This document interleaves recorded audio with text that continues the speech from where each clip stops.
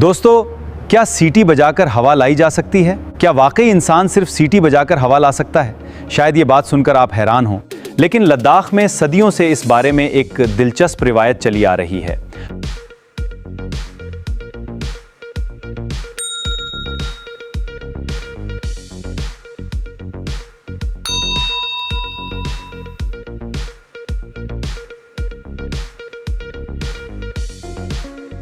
पुराने ज़माने में जब गंदुम या जौ की फसल तैयार होती थी तो उसे बेलों से पीसा जाता था।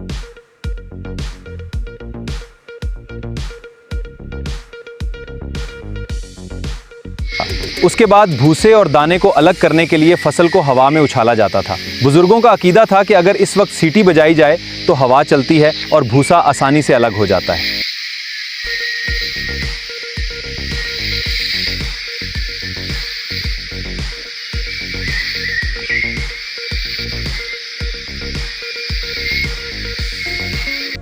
ये सिर्फ एक ज़बानी रिवायत नहीं है। यूनेस्को के सकाफती विरसे की दस्तावेज में भी जिक्र मिलता है कि मीरू गांव के किसान फसल साफ करते वक्त सीटी बजाते थे और उम्मीद रखते थे कि हवा तेज हो जाएगी। आज भी लद्दाख के बाज़ इलाकों में लोग गर्मी महसूस होने पर हल्की सीटी बजाते हैं। इसे यहाँ के लोग सीसी कहते हैं।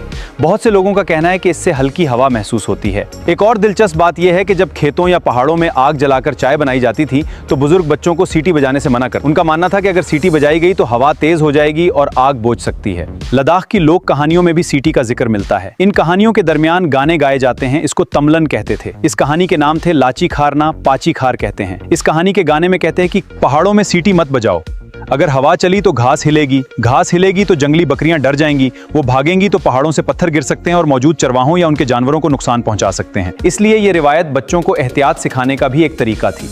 अब सवाल यह है कि साइंस क्या कहती है। साइंस के मुताबिक इंसान की सीटी मौसम या हवा की रफ्तार को तब्दील नहीं कर सकती। हवा जमीन के दर्जा हरारत, फजाई दबाव और दीगर कुदरती अवामिल की वजह से चलती है। सीटी की आवाज में इतनी तवानाई नहीं होती कि वो हवा पैदा कर सके। अब आप खुद भी इस रिवायत को आजमा सकते हैं। अगर आप लद्दाख में हैं तो किसी खुले खेत या पहाड़ी इलाके में किसी जगह पर चंद बार सीटी बजाकर देखें, क्या वाकई उसके बाद हवा चलती है या ये सिर्फ एक इत्तेफाक होता है। अपने तजर्बे को कमेंट में जरूर लिखें। ये रिवायत सच हो या एक खूबसूरत लुक अकीदा, एक बात जरूर है, ये लद्दाख की सकाफत, तारीख और बुजुर्गों की दानिश का कीमती हिस्सा है, जिसे महफूज रखना हम सब की जिम्मेदारी है।